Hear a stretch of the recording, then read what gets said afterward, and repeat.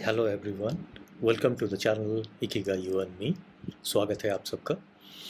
आज हम जो डिस्कस करने वाले हैं इकिगाई और स्ट्रेस, इसका कोरिलेशन, ब्रेन का जो है एजिंग फैक्टर और ब्रेन का जो वर्किंग, वो बहुत ज़्यादा डिटेल्स में नहीं बट थोड़ा सा सुपरफिशियल जितना कि हमें नॉलेज चाहिए for long life, for disease free life in context with Ikigai, वो हम यहाँ आज टॉपिक को टच करेंगे। आप लोग में से जो लोग कभी गिटार, तानपुरा या कोई भी स्ट्रिंग इंस्ट्रूमेंट्स बजाया हो, या तो बजाते हुए देखा हो या तो उसको ट्यूनिंग करते हुए देखा हो, आप लोगों ने ऑब्जर्व ज़रूर किया होगा। इनिशियली जब वायर जो है उसका स्ट्रिंग्स वो जब लूज़ होता है तो इट प्रोड्यूसेस नो म्यूज़िक। उसको धीरे धीरे आप जो है ट्यून करते हैं टू प्ले पर्टिकुलर नोट, और सारे स्ट्रिंग्स जब आपके ट्यून्ड होते हैं प्रॉपरली तो बनता है म्यूज़िक, सुर, एक समथिंग विच इज़ प्लेजेंट। तो हम उससे सीखे स्ट्रिंग्स में क्या होता है, हल्का सा स्ट्रेस एक ऑप्टिमल लेवल में, तब वो परफॉर्म करता है उसका म्यूज़िक। हमारा बॉडी फंक्शंस, हमारा डे टू डे एक्टिविटी भी कुछ हद तक उसी स्ट्रिंग इंस्ट्रूमेंट की तरह है। अगर स्ट्रेस जो है एक विद इन लिमिट्स और थोड़े समय के लिए अगर हो तो it adds to the zing, music, enthusiasm and a great life, satisfied life and long life. That is what ikigai also tells us. और वही सेम स्ट्रिंग इंस्ट्रूमेंट को आप जब ज़्यादा टाइट करेंगे यानी कि स्ट्रेस ज़्यादा देंगे तो the strings breaks, it yields no music. Same situation होता है हमारे बॉडी फंक्शन के साथ। अगर स्ट्रेस जो है थोड़े समय के लिए है, it's good, it's healthy. Stress अगर कंटिन्यूम में है, it has got a negative effects. How it happens, मैं थोड़ा सा उस पर भी जो है डिस्कस करने की कोशिश करता हूँ। एक्चुअली ये काफ़ी सारी स्टडीज़ में ये देखा गया है कि स्ट्रेस जो है एंटीबॉडीज़ को प्रोड्यूस करता है। एक जो है मेडिकल रिसर्च जो कि हाइडलबर्ग मेडिकल कॉलेज जर्मनी में वहाँ पर किया गया था। एक जॉब इंटरव्यू में एक डॉक्टर को बुलाया गया और उनसे जो है आधा घंटा मैथ्स के काफ़ी सारे टफ्स सब जो है क्वेश्चंस उनको सॉल्व करने के लिए बोला गया।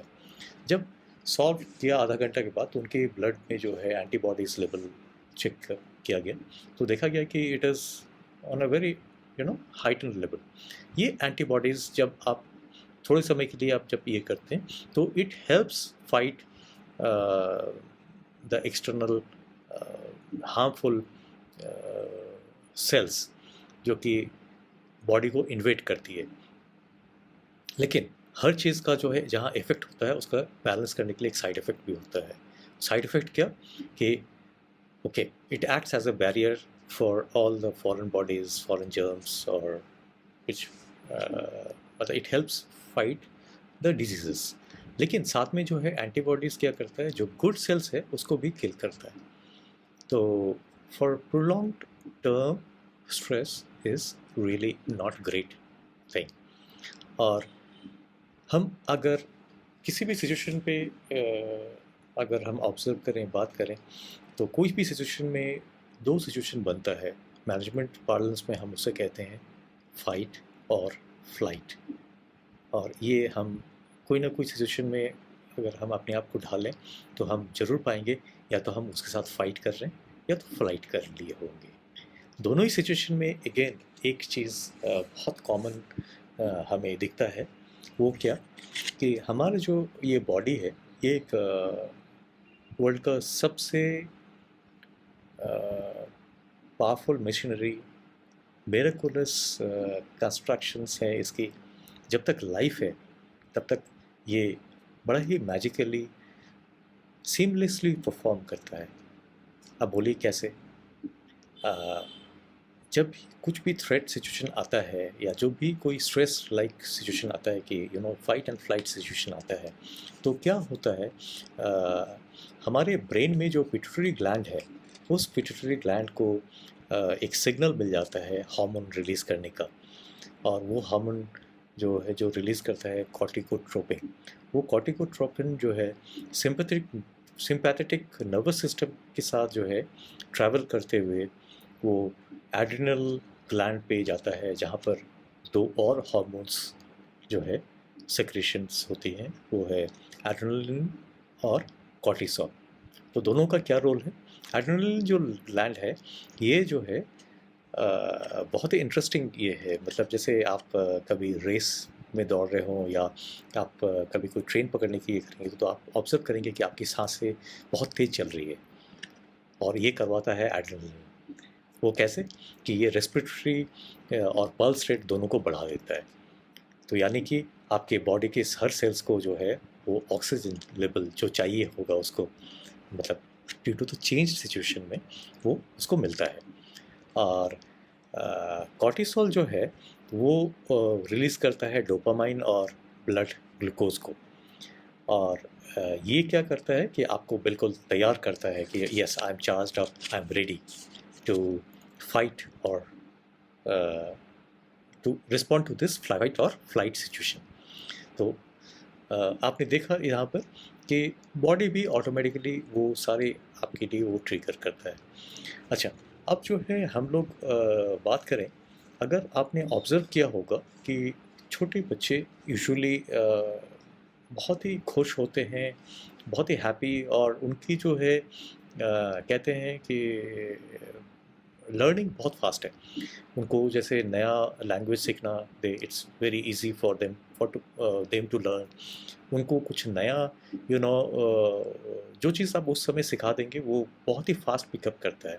यानी कि ब्रेन जो है उस समय बहुत ज़्यादा एक्टिव रहता है और वर्क करता है कंटिन्यूसली, इट इज़ लर्निंग। एक स्टेज के बाद आके क्या होता है, typically let's say during the teens 16 से 20 के जब तक हम पहुंचते हैं, तब तक हम लोग बहुत कुछ सीख चुके होते हैं, और वी कंसिडर आवरसेल्फ कि अरे हम काफ़ी कुछ सीख चुके हैं, हमारा एक लेवल आ गया, और काफ़ी सारे टास्क नेचुरली हम करना शुरू कर देते हैं।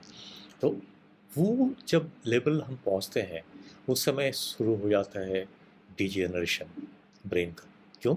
उसको कोई एक्टिविटी नहीं होता unless we are in pursuit of something creative, something challenging, something unique and something that we love, something जिसको करते हुए हमें खुशी मिलती है। एक चीज़ और, हम लोगों ने अपने प्रीवियस वीडियो में जब ये ओकिनावा आइलैंड की बात करी थी, हमने देखा था, और 5 ब्लू जोन्स की जब हमने बात करी थी, तो वहाँ पर भी हमने पाया था इन 5 में से जो है 3 आइलैंड्स थे। तो आइलैंड्स में यूजुअली क्या होता है कि रिसोर्सेस जो है स्केर्स होती है, और लोग भी लिमिटेड होते हैं, यानी कि interdependability in the society is must. मतलब उनकी जो है एक दूसरे पे डिपेंडेंस काफ़ी ज़्यादा होता है, और everyone is very helpful. Mainland में आप यूजुअली आप कभी भी किसी आइलैंड में ट्रैवल करेंगे, तो आप एक एटीट्यूड डिफरेंस आपको ज़रूर पाएंगे कि यूजुअली मेनलैंड में फार फ्लंग एरिया में लोग रहेंगे, they will have don't care kind of attitude. But while in the island, they are more caring, they are more responsive, they are more willing to help. So every point of time, they are getting new kind of challenges, which is not exactly a replica of what they have dealt in time before that particular moment. तो इसका मतलब उनका brain जो है continuous काम कर रहा है।